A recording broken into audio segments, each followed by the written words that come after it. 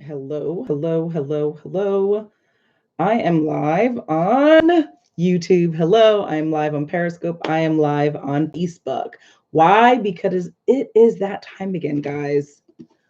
Book club time. So this is the book that we're reading for that we read for this month, and I'm super excited to have you on here to talk about it because it was a different book. It was interesting. So the title is Can You Learn to Be Lucky? This is by Karla Starr. So if you haven't read this book, then you are in for a treat. You are in to have a really good conversation about not only just, a good book to read, but kind of her approach to luck, which if that's something that you've ever thought about, this book will pretty much answer it.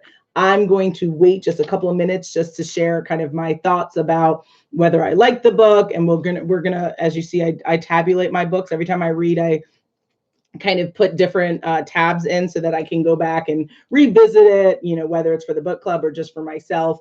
And you'll find out a little bit more about how I felt about it and all of that good jazz. So, all that I ask for you is to make sure that you are somewhere comfy, that you can enjoy the conversation. If you have questions, make sure you put them in here on YouTube, here on Periscope, here on Facebook. And then, of course, share this out if you are, kind of quarantined in your home, like so many of us are, this is the perfect time to really have a good conversation about reading, about learning, just kind of get your lives together for a beautiful Saturday morning. So, just a couple of seconds. In the meantime, I think what I'd love to do is just kind of give everyone well wishes. I hope everyone is staying safe and isn't freaked out too much. For some reason, my throat is a little bit sore. No, I do not have coronavirus, but just wanted to put it out there just in case you're like, she sounds different. Yeah, I'm not doing something raspy or sexy with my voice, just a little bit. I think it might be allergies. So anyone else that have allergies, you know the deal. So it's that time. It's that time. It's that time. Hello, hello, hello. My name is Natasha Nurse. I'm a coach. I'm a speaker. I'm a content creator behind Dressing Room 8. And today is the day that you've been waiting for. It is the March Dressing Room 8 Book Club meeting where we are discussing Can You Learn to Be Lucky by Karla Starr. So let me give you a little bit of a synopsis that is from the book jacket itself that you can definitely check out. So it begins, why do some people seem to have all the luck? 15 years ago, I almost died in a car accident. State Farm called the series of events leading to my skull fracture an act of God. 7 years later, during the Great Recession, I moved back home after I couldn't find a job and became depressed. Depending upon who you ask, timing, laziness, or luck were to blame. But should we even believe in luck? I've spent the past 7 years searching for a definitive answer, interviewing everyone from admissions officers in New York to Hollywood casting directors, and researching everything from network science to neuroscience. Our fortunes are swayed by countless forces beyond our control. But when we zoom out, enough patterns emerge from the randomness to help us build a roadmap. Science suggests a liberating reality about luck. The world's invisible biases influence our behavior in predictable ways. By lifting the veil and understanding how uncontrollable events can make us act in self defeating ways without even really realizing it, we can course correct and learn how to be lucky. For instance, you can learn how to use first impressions to your advantage. Our primary motivation is survival. Is the first piece of information that others get about you sending the right signal? Your LinkedIn photo will send signals that work for or against you. Get your beep together. So SHIT. There's no magic productivity app, secret manual, or special system to improve your self control, but there is a common denominator that everyone can cultivate: motivation. So that is like a really tidbit of this book. Can You Learn to Be Lucky by Karla Starr. So I'll give you my thoughts. Did I enjoy reading the book? Not necessarily. I felt like it was an interesting approach to talk about luck. I personally, when I saw the title, I was hoping that it would really be kind of more of an anthology and a kind of a compilation of maybe speaking to 100 different people from different backgrounds across the world and really just kind of transposing their story within this book so that I could read about luckiness from someone in the Himalayan mountains. I could read about luckiness from someone in the middle of Manhattan. I can read about luckiness from someone in Tucson, Arizona. Like just reading their stories and reading their impressions and interactions with this concept of luck, right? But instead, it was really like a scientific approach to like her interviewing different people and her giving us their stories within the confine or the construct of what she's writing about. And I didn't necessarily find that how it was written was it was like that enticing. I kind of, I don't want to say it was boring, but I kind of, I don't know, I felt like it wasn't as sexy and jazzy as it could be, is how I would define it. Do I think, would I recommend it? I think it is something that people should read. I think it's something that you might not necessarily have come across in your thinking process when it comes to luck. So I definitely think there's value to reading it. I definitely think there's value to taking a deeper look, a scientific look at luck. But I don't know, it just, to me, how it was structured, how it was presented, didn't really move the needle for me. So unfortunately, it wasn't like a 2 thumbs up kind of a read, but I still would recommend it. It's still going to be on my recommendations page because I think that there's value to it. So let's go through some of the pages. Oh, my voice sounds crazy, guys. I apologize for the rasp. Oh my goodness. Okay, so I'm just going to flip through because there's a lot of tabs. So let's see. Interesting. And also some of the phrases in here I thought were really interesting. So like this is on page 19. This is like early chapters. Before we ever start picking up marbles, consider this. Everything you know and love in the world was at one point unknown. Other people are no different. Learning about people is just another form of learning, a process of developing an association between someone and his or her value. To get lucky, other people need to add a bunch of big positive marbles to our side of the scale, the same way that Coach Carter did when he chose Charlie Brewer to be the quarterback. The first Charlie Brewer principle is easy. Just be there. So it's like, right, like that's interesting, but it's like, I don't know, is it moving? Is it like, oh, cool? Like, and what I probably would say is the best part of the book is she has, let me flip through it so you can guys see. So she puts together these little summary bullet point things.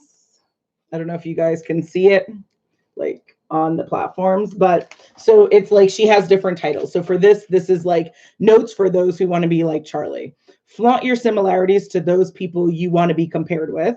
Go to the party or the lecture hall, move to that neighborhood. Length of acquaintanceship is a proxy for trust. 80% of success is just showing up.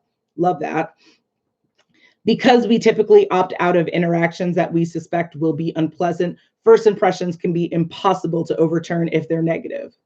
Interesting. Good point. Sit in the middle. Be nice. I love that. I love that. That's hilarious. People stay in environments where they feel comfortable. If you show up someplace and feel like a stranger, push yourself and stay. Yeah. So that's really, I think that's valuable advice. That's really about the idea of expanding your comfort zone. A lot of people like to be comfortable and just do things that they're good at, but there's no growth in comfortability. There's only growth in uncomfortability. So that's the value of kind of being uncomfortable and embracing it and like running with it.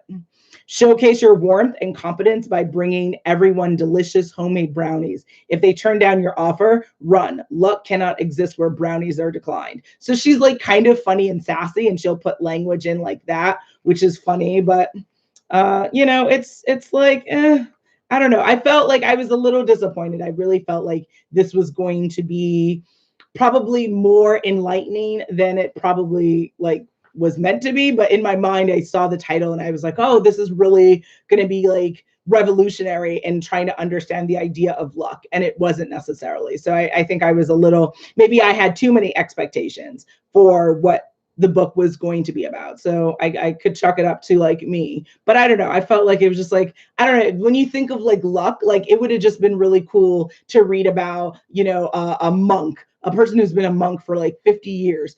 How does he define luck? I'd also love to like learn from a nun, someone who's been doing that for 29 years. What does luck mean to you? I'd also love to hear from like a 5-year-old in the middle of Kenya. I would have, you know, I thought it would have been a really interesting experiment to really take the construct of luck and go across the continent, from people in Alaska, middle of the country, coasts of the United States, all throughout the Middle East, India, China, of course, before Corona, because now, we're in a new world, guys, right? And I'll talk about that at the end, just to give everyone kind of my thoughts on the situation, since I happen to be here on social media. But so this is out of a chapter titled Biatches, like I don't want to say the whole word, right? In glasses. So it's like, that's interesting. So notes for those of us who have a face. That's an interesting heading, right? Information that's easy to understand feels safer. Get a headshot that's mostly plain colors. Use an easy to pronounce version of your name. That could be seen as offensive depending upon who you are and what your cultural background is, but that's interesting. Our primary motivation is survival, so flaunt cues that you're trustworthy, reputable, and safe. Smile in your headshot, remove those jokes about serial killers and one-night stands in your online dating profile. Probably helpful advice, right? If you're looking for love, you probably shouldn't joke about murdering people. Interesting. Our failures are half chance. That is based on other people's unique evaluations. But consistent negative feedback shouldn't be ignored, especially from people with diverse backgrounds and experiences. Improving quality never hurts. Okay, to make better decisions, figure out what criteria are important ahead of time and how to best measure that. Stick to the script. Okay, then she talks about Sarah Palin, which is interesting. She also talks about the connection between attractiveness and like who we present in the world and how that plays a role in the types of opportunities we're exposed to, which I don't think was like revolutionary at all or in any way surprising. You can look up articles. They say it all the time. More attractive people have higher chances of getting job offers, can make more money, can, it relates to dating stuff. So like, yeah, we're vain. No surprise there. Next little kind of summary thing she has: notes for those of us whose invitations to appear on the cover of Vanity Fair have clearly gotten lost in the mail. Obviously, guys, yes. The lesson of beauty that's adaptive for everyone is to internalize a sense of awesomeness and transform it into a very robust sense of self-worth that you can then use to conquer the world. Alas, for the lucky, beautiful people, it's easy. Obviously being facetious there. Women who wear an amount of makeup deemed professionally acceptable make more money than those who go barefaced. In one study, grooming, everything you can control, accounted for the entire quote unquote beauty bonus earned by women. Interesting. See how it's just like, oh my gosh. This is another one. How often do you defer to others because you think they're more attractive? How often do you perceive others to be higher on the totem pole because of their face? As Star Wars actress Carrie Fisher stated, youth and beauty are not accomplishments. They're the temporary happy byproducts of time and or DNA. Don't hold your breath for either. Interesting. Make yourself as hot as possible and then stand up tall. Make the most of what you've got. You're a 10 to someone, so go out and conquer the world. I love that, but how I would have changed that is, instead of, again, focusing the conversation on beauty of like to other people, yes, your beauty is ranked and subjective to others.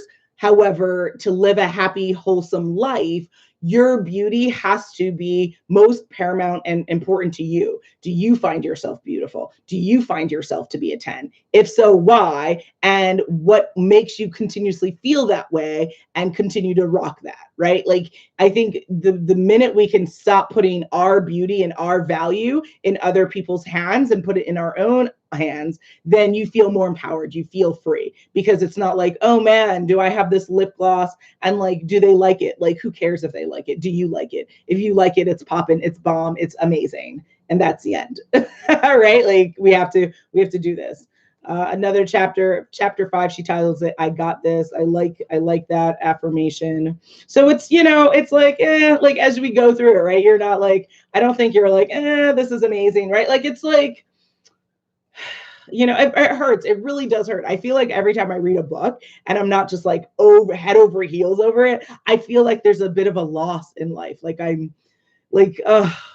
just like, oh man, I'm missing something. So it's frustrating. I really hate, like, especially when we have to come on air and do a book club meeting and I'm not in love with the book. I'm just like, Like, I recommend it because I would want you to read more about luck, and especially if it's, learning more about it from a scientific and a kind of a analytical approach. I think it's going to be helpful for you, but I don't feel like you're going to read it and be like, this was amazing. Like, there's some books you read and you're like, this is amazing. But unfortunately, I don't believe this is one of them. Notes for those of us interested in approaching rewards. This is on page 85. Perfect confidence is a scale weighing the pros and cons of doing something that's fully loaded with "I got this" marbles, which we get from both our generalized self-esteem and task-specific expectations. Imagine Sarah Palin as a shape game natural. One intervention is stereotype inoculation, or finding and identifying with role models who help internalize the idea that you can do that thing. Like, what is that sentence? Really? Feeling like you don't belong is normal when entering a new situation. It doesn't mean that you don't belong, don't have what it takes, or will always feel uncomfortable. It just means you're still figuring out the lay of the land. Yes.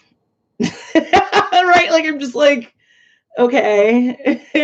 Do you feel slighted because you don't feel you're given as much praise as you deserve? Remember, confidence is a positive evaluation of your own actions.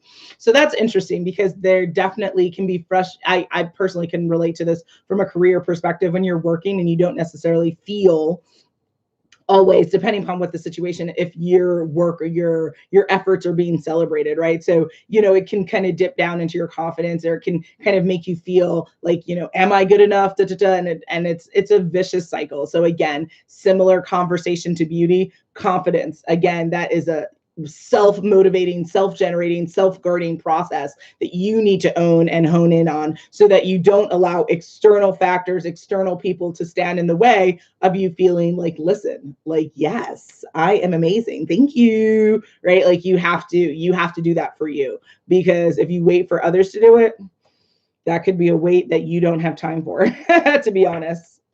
So, like, we're like clicking through. I wanted to, like, go through this with you. Usually I will note the pages I want to go through, but I was just like, you know what? I think I'm going to do this on the fly, because I kind of wanted to bring you along with all our tabs for the book. Okay. And so let's see. Yeah. It's just like, I was just very disappointed. We're going to wrap this up soon, because I'm just like, ugh, right? Which is so upsetting. Notes for those who want to get our beep together, SHIT. It doesn't matter that you know better unless you do better. As the comparative psychologist Michael Tomalcio says, in evolution, being smart counts for nothing if it does not lead to acting smart. That's actually quite brilliant, right? Because that's like the idea that we used to go around saying knowledge is power, knowledge is power. Technically, no, knowledge is power when you act on that knowledge. Otherwise, it's just knowledge, right? And so it's like, cool, you know how to save another person, but if you don't do it, then we're just kind of out of luck, I guess, right? Ha ha ha, no pun intended. Mental fatigue is our brain's way of saying this isn't worth it. So find ways to decrease the perceived effort. Exercise doesn't have to be a chore. It can be a physical activity you enjoy with friends. Focus on what you have to do today to get closer to your preferred future. Love that. I think the biggest thing, and maybe I might look for a book for this for myself. I'd love any recommendations if you guys have. For me, yes, exercise is not necessarily something that is, oh my God, I can't wait to do it. But I enjoy the results. I enjoy feeling stronger. I enjoy the strengthening. I enjoy the health that it gives me for my health. But what I struggle with personally, and I'd love to hear anyone else's thoughts on this, is how do you really motivate yourself to exercise when you're in pain? So like right now, not feeling 100%, right? So how do you like get it to your body? Just be like, okay, it's okay. You can feel like death. Let's get on that treadmill. Let's bike for 40 minutes. Like that's probably the biggest thing that I struggle with. And so like and then of course, having kind of a chronic disease or chronic autoimmune issue, I have hypothyroidism. So my thyroid is like everyone else's thyroid, right? Working normal. Mine's like, check. I'm just going to slow it down, right? And so it really kind of has a tremendous effect on the rest of my body. And it's like when you're not feeling well, and then, ladies, right? We have for those of us in that stage of life, we have different moments, right? Where we're like, girl, I need that ice cream and a bed, right? Like, how do you, and you're bloated and you're in pain and you're cramping and all of this, like, how do you get past that to then say, you know what, we're gonna get on that treadmill. We're gonna start biking. We're gonna walk 10 miles. Like, how do you do this? And then add in a wonderful new effect of like, uh-oh, coronavirus is in the air. Right? Like, it's life is getting so interesting. I used to say life is really funny. It gets funnier by the minute. I think I want to now say life is interesting. It gets more interesting by the minute. Because there are things that are happening that I don't know about you, but I haven't necessarily lived through before. So, I mean, I've lived through Y2K, right? We lived through Zika, we lived through Ebola, but like now with coronavirus, it's just like it's a whole new world, guys. It's a whole new world. So definitely taking time to read, I think, will help give you peace of mind and sanity and clarity. 2020, this is the year of clarity. I did not think this year would go as it's going so far, but I think it's the clarity that we as a society needed. It's the clarity we needed when it comes to hygiene. It's the clarity we needed when it comes to how we interact with each other, the way we conduct business, what type of businesses people should be into. Like, it's clarity. I don't think we wanted it, but I think we needed it. And unfortunately, it's at the cost of human life, which is the greatest cost there could be, which is heartbreaking. So my heart really does go out to anyone who's been affected, whether you've been sick, whether you've passed, like all of that jazz, because this is rough. This is an interesting year. It's really it's kicking us in the butt so far. But again, year of clarity, year of vision. I think if we can learn from this, if we can move from this, if we can come together and not go against each other, if we can have compassion for each other, we can move forward, faster and more efficiently and with more heart and feeling within each of us. But we shall see. Time to tell. All right. So I think I'm just going to maybe do a couple more. So this is on page 143, notes for those who would be fancy being propped up by 7 billion friends. Social skills can be developed just like any other skill. And like any other skill, stacking our side of the scale with why bother marbles can make people choke. Interesting. Developing any skill requires timely, quality feedback. Social skills can stagnate if we're only open to listening to feedback from people who are similar to us. You and your friends may love one another without realizing that the rest of the world sees you as overly sarcastic, arrogant, or nosy. Okay, then. Some of her tidbits are like really like, huh. Okay. If depression is a failure to see the future through rose colored glasses, social anxiety is a failure to look at the mirror with rose colored glasses. Okay, then. Can you learn to be lucky, right? Like some of her points in this Karla Starr, it was interesting. Leave the house. Good luck does not happen to those in a vacuum. Dweck explained, you have to leave the house for it. Okay. Stay on good terms with others and stay in touch. Ask if they need help. We reach out to people if we view them as having the capacity and the willingness to help us, which is implying what? That human beings act on a transactional level. I give to you if you give to me. You give to me, I give to you. That's a really sad way of living. Is it reality for many of us? Absolutely.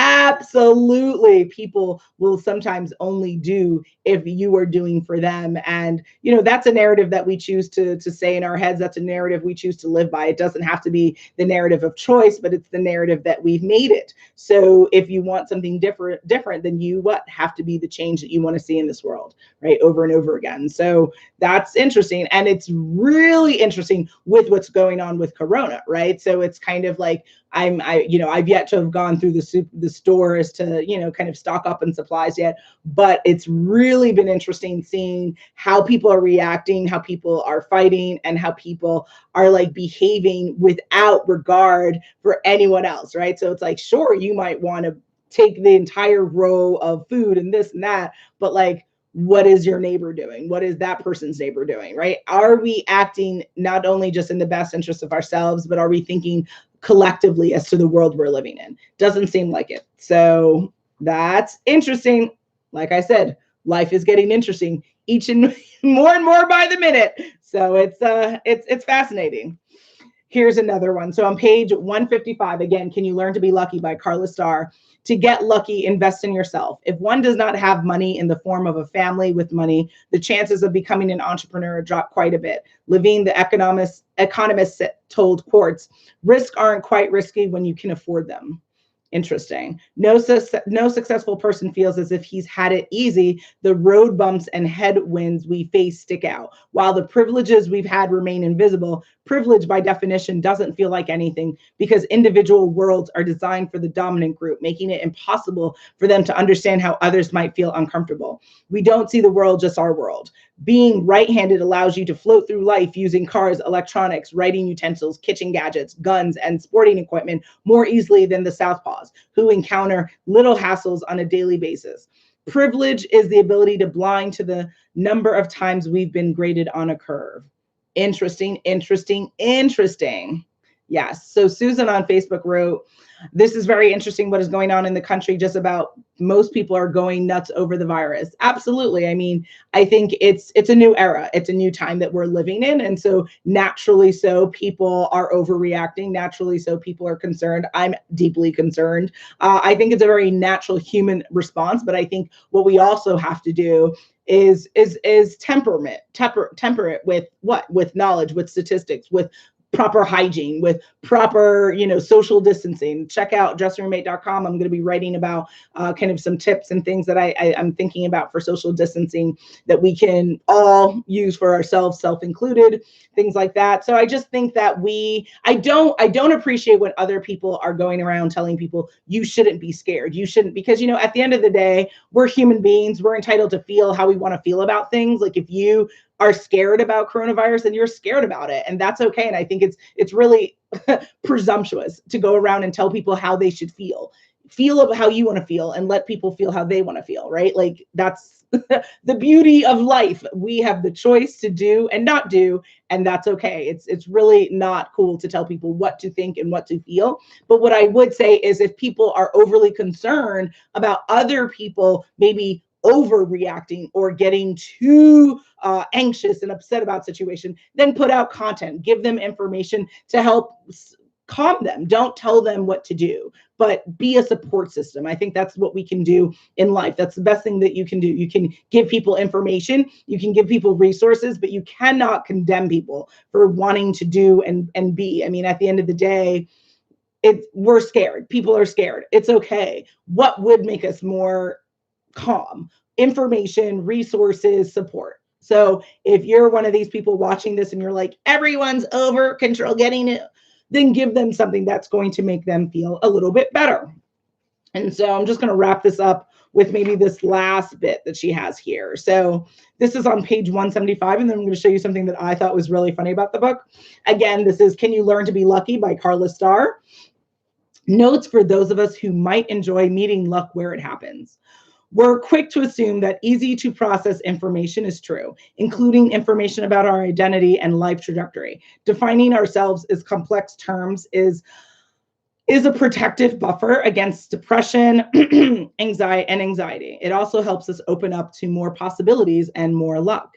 Extinction is a fact of life for 99% of all animal species. The lucky ones who survive require fewer resources and are more adaptable to change. Adapt or die. Wow, that's actually super deep considering what's going on in this world. You can't control how or when luck will arise. Prepare to capitalize on whatever opportunities arise by making your life as agile as possible. Minimize financial overhead, save money for a rainy day, maximize control over your own schedule. Spend more time in a hotspot. Is she talking about like an internet hotspot? Like, what are you talking about? That's hilarious. Oh gosh. Make it your mission to approach the unknown and find its rewards. Stay curious, stay hungry, stay humble. Yes. Yes. Say yes.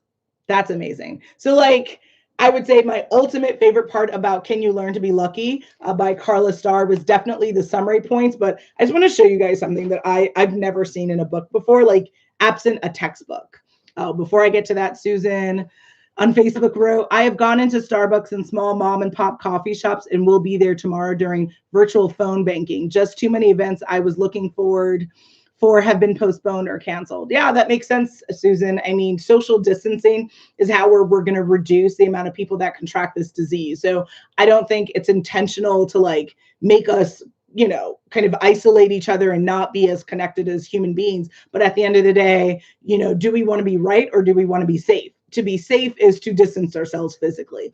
If you go around groups of people, you are increasing your chance of getting this. I think that's obvious. But if it's not, I'm here to tell you that's my perspective, what I've learned from what the World Health Organization and the CDC is putting out there. So, I personally am reducing the amount of time that I'm spending with others.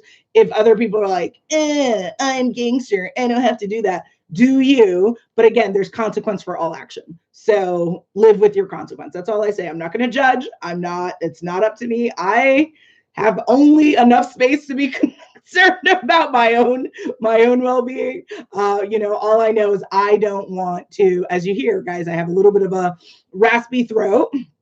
I think it's like allergies or maybe the common cold. We shall see, right? I just kind of woke up yesterday with this, so we'll see. But at the end of the day, we just need to be safe, guys, and we just need to kind of distance ourselves just a little bit. And it's going to be a little bit awkward and a little bit like, but we can do it. So what I thought was interesting about this book and why I felt like it was just a bit too heavy on just like being so analytical is literally this amount of the book is just her giving resources that she cited all through the book. And I just thought, wow, like I don't know, what is this, 50, 60 pages of just like more actually of just like resources and notes. See, I think this was just going to be, I don't know, it was a bit much. So it wasn't like I said, at the end of the day, it wasn't a 2 thumbs up for me, but I'd love to hear from you. If you've read Can You Learn to Be Lucky by Karla Starr, I'd love for you to share this here on YouTube, here on Periscope, here on Facebook. Let a girl know, guys. And then, of course, what's coming. So next month, the book for next month we are reading is this. All right, so let me make sure you have it and see it. So it's called Overcoming Time Poverty, How to Achieve More by Working Less by Bill Quain, PhD. So if this is something that you are like, oh my gosh, I want to be a part of, dressingyourmate.com, you'll be able to RSVP there. Also, you'll be able to RSVP here on the Facebook club for Dressing Your Mate Book Club. You'll also be able to get a copy of the book. If you go to dressingyourmate.com, click on My Recommendations. It is listed there. It will also be listed on the homepage after today so that you'll be able to access it there as well. Okay, guys? So I've got to go rest my throat. I sound super kind of sexy, scary. But it's been fun. It's been real. Again, if you have comments about how to learn to be, Can You Learn to Be Lucky by Karla Starr, make sure that you put that in the comments. If you have other book recommendations, if you're like, I'm booked up for the rest of this year, so you'll see what Dress Your Mate Book Club is going to be reading for the rest of this year. But if you have other recommendations, you know what you can do? You can totally, make sure that you email Natasha at dressingyourmate.com. So Lynette wrote, your makeup is gorgeous, even if you feel sick. Oh, thank you, darling. I appreciate it. Try to get it together. I know it's scary. You wake up and sometimes you're just like, and that's kind of just like where I'm at in life. And so my heart goes out to anyone also suffering from allergies or the common cold. I don't know what it is. We shall see. I'm paying attention and socially distancing myself. And I'm, like I said, check out dressingyourmate.com. I'll be having a blog post about social distancing just so we can all just kind of be educated and interested and continue to read all about Corona. I wish everyone wellness. I wish everyone blessings. Be safe. Think smart. Use the time, if you are quarantining yourself home, use the time to really be productive and to take care of yourself.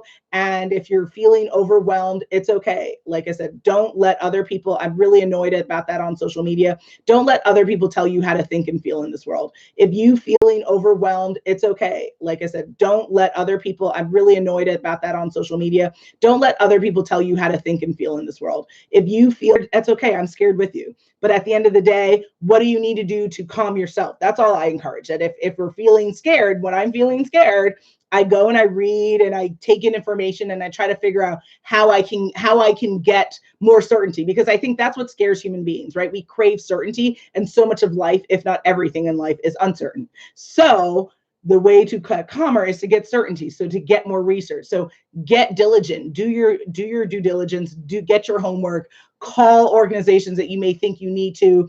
Be proactive, and that's how you can kind of hopefully get this feeling of like a little bit easier.